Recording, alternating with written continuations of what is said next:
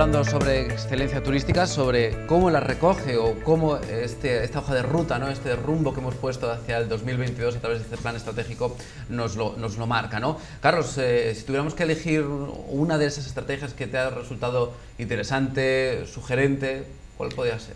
Fíjate, a mí me han llamado la atención, o por lo menos me gustan las estrategias que van a construir más el valor que tiene Marbella y que ahora mismo nos está distinguiendo respecto a otros destinos turísticos. Hablaba en el plan estratégico y comentábamos que Marbella era una ciudad jardín y queremos también renovar algunas otras cosas, pero hay que tener muy claro que tenemos que centrarnos en aquellas cosas que nos distinguen respecto a otros. Es muy importante saber, y lo decía muy bien Juan José hace un momento, qué es lo que quiere el turista. Tenemos que preguntarle, ¿tú cómo ves Marbella? ¿Tú realmente qué es lo que te atrae de Marbella? ¿Qué es lo que te hace venir aquí en lugar de ir a otro sitio? Y sabiendo eso, al final, si nosotros estamos identificados como un centro de excelencia, pero una ciudad jardín que les atrae por el clima, por los servicios, pues tenemos que construir alrededor. Entonces, hay 3 acciones del plan que a mí me gustan mucho porque creo que construyen muy bien alrededor de eso. Una de ellas es la parte deportiva, que es cómo hacemos que el cliente, el turista que viene aquí, pueda vivir deportes asociados con Marbella, seguramente al nivel que ellos buscan, pues el nivel de lujo querrá deportes náuticos, el nivel un poquito más básico querrá los deportes pues más sencillos. También otra cosa de las que me gusta es el tema de la salud, porque encaja muy bien con esa ciudad de sostenibilidad. Sostenibilidad, salud y deporte son los 3 grupos de acciones que yo creo que complementan mejor y construyen mejor ese valor diferencial de Marbella, porque otras cosas, hay muchas ciudades que pueden presumir tanto más como nosotros. Es decir, la cultura es maravillosa en Marbella, pero no nos podemos centrar en la cultura, porque en cultura no tenemos un punto fuerte comparado con otros. Entonces, tenemos que centrarnos en lo que realmente nos hace diferenciales respecto a la Costa Azul, respecto a otros destinos que son competidores directos nuestros. ¿Qué nos hace diferenciales? Tenemos un clima maravilloso, una ciudad jardín, si lo complementamos con deporte, con salud, con sostenibilidad, damos una ciudad más cómoda para moverse, y eso lo aderezamos con un gran paraguas, que es lo que es el lujo y la excelencia en el servicio. Yo creo que ese es el componente de Marbella. Entonces, esas 3 cosas son las que más me gustan. Ana, ¿a ti qué estrategias te han resultado interesantes? ¿Qué líneas de trabajo te Él gustan? lo ha explicado muy bien y creo que en esa misma línea podría estar yo. Es decir, la cuestión de la sostenibilidad, que al principio cuesta trabajo aprender la palabrita, pero que cuando se comprende me parece básica, es importante. Y digo como él, hay que buscar la diferencia. Siempre he pensado eso, lo mismo, porque es verdad, mira, yo tendría ahora mismo que hacer aquí una apología o una glosa cultural, que la puedo hacer rápidamente, pero que no hace falta porque creo que está recogido también ahí, ¿no? Sin dejar eso, que es importante, dándole un poco más, si acaso, de relevancia de cara al turista, que sepa por lo menos el turista que existe una pequeña, no somos Córdoba por decirte algo, ni Toledo, pero sí es verdad que esa pequeña ruta cultural hay que afianzarla y mejorarla, simplemente. Pero es verdad que luego después existen otras cosas que están más de acuerdo con, o por lo menos nos pertenecen por esencia, que puede ser relacionado con el clima, pueden ser pues todo ese tipo de eventos en relación con el deporte, por ejemplo. ¿Por qué? Porque aquí en Marbella, ¿qué dicen la gente cuando viene aquí a jugar al golf, la mayoría y tal? ¡Ay, qué alegría! ¿Por qué? Porque en mi tierra, el suizo, el alemán, no te digo nada, el sueco y etcétera, o el ruso, no lo puede hacer más que 15 días al año, 20. Entonces, en ese mismo camino podemos hacer una gran cantidad, puesto que el tiempo nos acompaña, nos es muy fiel. Entonces, en ese sentido, hay que aprovecharlo al máximo. No solamente en golf, que está más o menos instaurado y creo que bastante bien, sino en deportes náuticos, que está muy poco aprovechado. Reconoces conmigo que tenemos mucha costa, pero en deporte, la gente viene a bañarse, pero hay muchos que son deportistas de cualquier tipo, desde la piragua hasta lo que la vela o lo que sea, por ejemplo, también. Y como he dicho antes, la cuestión de la montaña. Marbella tiene una montaña que para ser fotografiada es única. Todo el mundo habla de ella, todo el mundo dice, pero no se sabe, porque no hay rutas, o al menos dijéramos, no de tipo oficial, quiero decir, ruta de senderismo, lo digo porque me lo han preguntado muchas veces. Bueno, es decir, me han preguntado, extranjeros me han preguntado, dice, ¿usted sabe si hay aquí unas rutas para hacer senderismo y tal?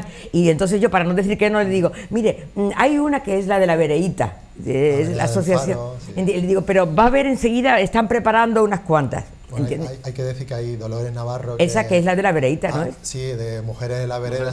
Ha abierto, bueno, una infinidad y abiertas muchísimas. Exactamente. Están puestas en valor ya, están señalizadas. Eso, pues y es además importante están en mapa, que eso, lo digo para que lo... Pues estamos en lo de antes, es importante que eso se difunda.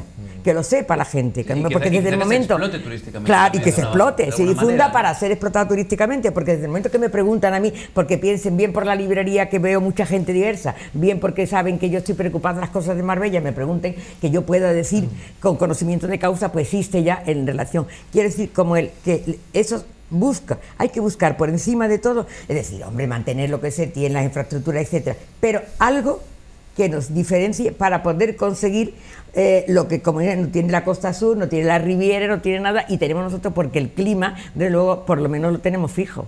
Entonces, de momento, esperemos. Hay que cuidarlo también, ¿eh? También. Pero vamos, eso puede formar parte de la sostenibilidad en relación con los gases tóxicos y en relación con todo eso, creo. Juan José, ¿qué te ha parecido al leer el plan lo más interesante? Yo primero tengo que decir que, no sé, podría decir tranquilamente que el 98% de las acciones las comparto plenamente y el otro 2% quizás tendría que matizarlo, porque también estoy de acuerdo con ellas. O sea, el plan es excelente, es magnífico y me cuesta decantarme más por unas cosas que por otras. Por supuesto estoy muy de acuerdo con lo que ha señalado Carlos y lo que ha señalado Ana, pero quizás pues por añadir algo que a nosotros desde CID nos parece interesante, añadiría dos cosas. Una, la potenciación de la marca de la ciudad, que es un conjunto de medidas que están recogidas en lo que habéis dicho y en otras muchas más, de la que se debería encargar el futuro Consorcio de Turismo, ahora llamado Foro de la Innovación Turística, de la Innovación y la Promoción Turística, que creo que se va a constituir en breve. Esa es una herramienta fundamental para ayudar a complementar la ejecución de las acciones del plan estratégico, y a mí eso me parece muy importante. En ese foro deben participar expertos y debe estar dirigido por un profesional indiscutible, que ningún político pueda decir, es que lo has puesto tú. No, no, no, es un profesional, y eso es lo que nosotros hemos venido demandando al Ayuntamiento, y creo que esa sería una medida fantástica. Y luego a nosotros también nos llama mucho la atención, porque creemos que debemos aspirar a eso, es atraer conocimiento empresarial. Es decir, no tanto un parque tecnológico como parques científicos. Creo que esa es una aspiración a la que Marbella no debería renunciar. Tenemos espacio para ubicar, y eso nos ayudaría a esta desestacionalización tan perseguida, porque si en lugar de hacerlos venir en invierno, resulta que los tenemos todo el año aquí porque trabajan aquí, porque es que quieren venir a instalarse aquí las empresas, porque la gente, los empleados de esas empresas lo demandan o lo agradecerían. Eso yo creo que sería un objetivo muy difícil de conseguir, pero tenemos que empezar a dar los primeros pasos. Si no damos los primeros pasos, desde luego no, y hay que facilitar. El gobierno municipal tiene que estar muy dispuesto a poner toda clase de facilidades a las empresas que quieren instalarse aquí, especialmente empresas dedicadas al mundo científico, tecnológico, que las hay y están esperando que se les abran las puertas. Lo que demuestra todo esto, Javier, es que es un plan, por lo que escuchamos a nuestros invitados, tanto en el programa anterior como en este, es un plan muy coherente, porque se ha hecho por consenso y habéis recurrido, todos los que os habéis encargado de organizarlo y de coordinarlo, habéis recurrido pues eso, a profesionales, a gente que sabía de cada sector, ¿no? Es difícil que con tanta mente pensante y con tanta experiencia algo salga mal, ¿no? Mira, me decía precisamente el otro día un compañero tuyo de los medios de comunicación, cuando lo lee y lo ve y dice, Javier, pero es que esto es lo que quiere todo el mundo. Digo, bueno, afortunadamente, porque podíamos tener un plan donde hubiera divergencia, donde la gente no está de acuerdo. Yo creo que eso es muy importante, que cuando lo veamos tengamos claro todo, que hacia eso es hacia lo que tiene que ir Marbella, ¿no? Y yo creo que eso es básico, porque ahí es fruto de la participación de todos, el fruto del diagnóstico de la situación de partida, hacia dónde queremos ir, lo que he dicho al principio, los desafíos locales, los desafíos globales.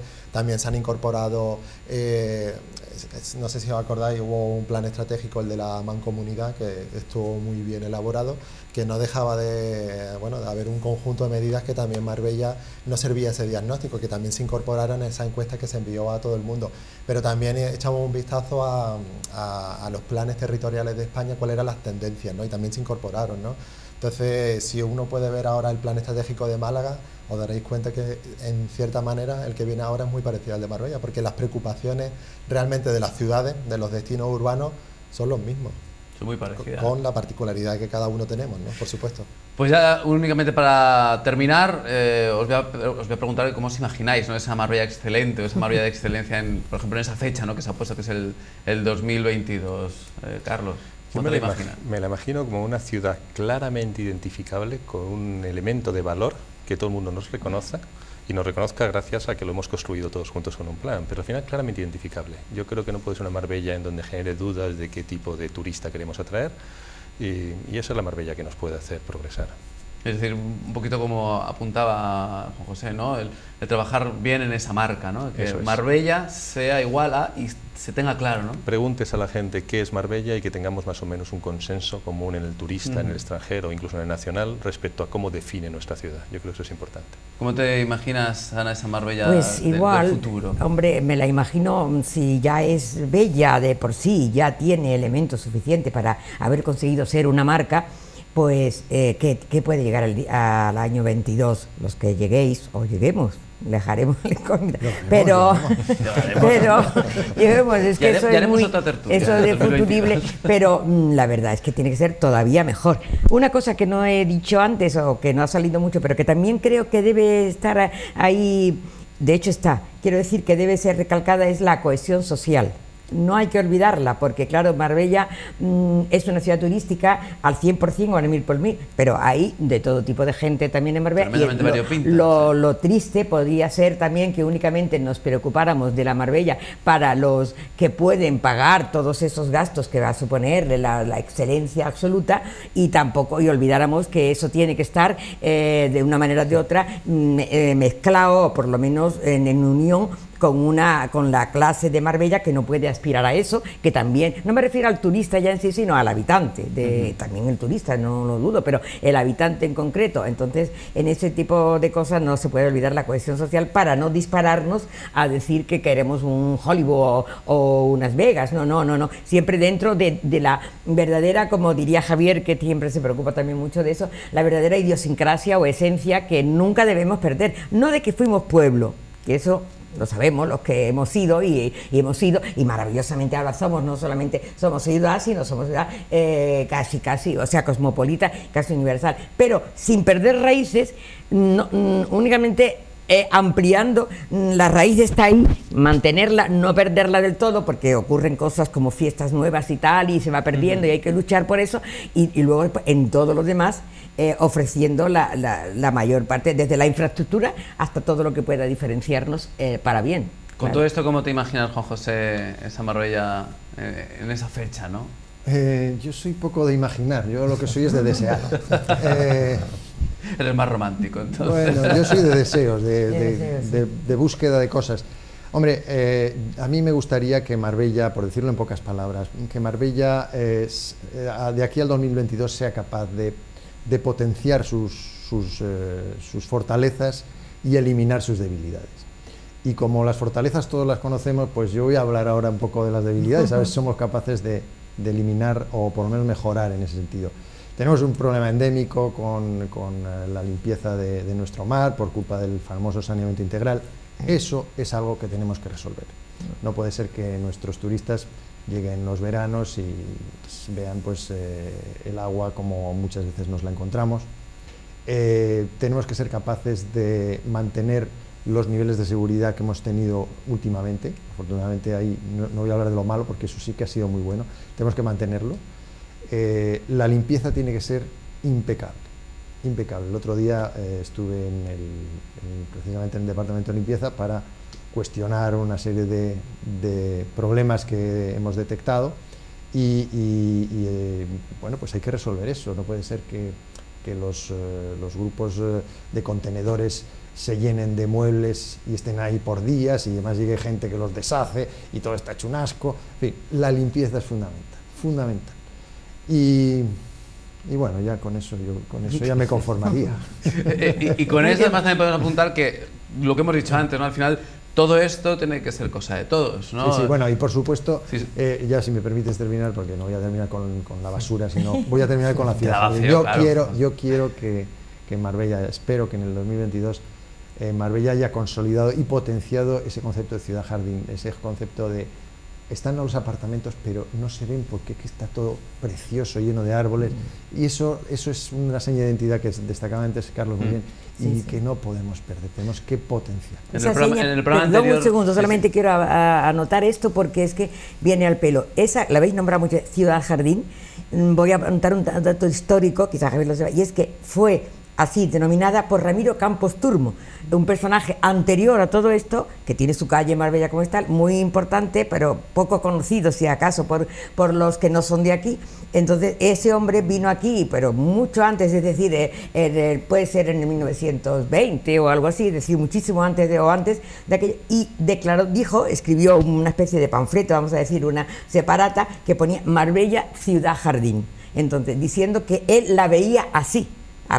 Y a partir de ahí, después de eso, pues bueno, vino el turismo ya importante, en fin, todo. Y una palabra que no hemos dicho aquí, hablando de lo negativo, tampoco me voy a quedar en ella, es que por favor no se denomine cuando uno va fuera, al extranjero o fuera de Marbella, a Marbella como la Marbella especulativa por excelencia. Entonces, cuando se igualan esos dos términos como sinónimos, en concreto a mí personalmente, me siento tan mal que en mi atolondrada conversación intento por todos los medios reprimirla. Eso es una de las cosas que creo que con ese plan, si de verdad se va cumpliendo poco a poco, se va a ir perdiendo esa idea que es muy importante, que no nos únicamente asemejen a eso.